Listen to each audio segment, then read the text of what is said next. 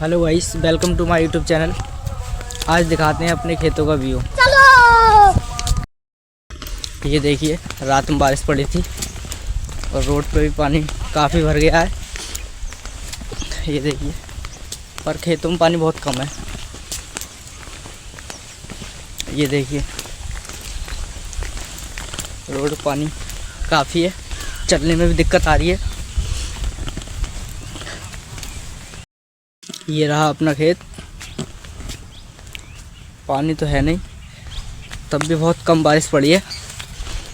ये रहा हमारे पड़ोसी का खेत, इसमें भी पानी कम है तब भी। खेत पे जाते जाते ये हमारा दोस्त, ये देखिए, रोड पे काफ़ी पानी है और खेत पे भी। 5 मिनट के चलने के बाद हम खेत पे पहुंच चुके हैं। काफ़ी पानी है हमारे खेत पे। ये देखिए, इस खेत में पानी नहीं है, थोड़ी सी झलक है और बादल भी बहुत है। ये देखिए, बारिश पड़ने की संभावना है। राम राम सारे भाई ने, मिलते हैं अगले ब्लॉग में।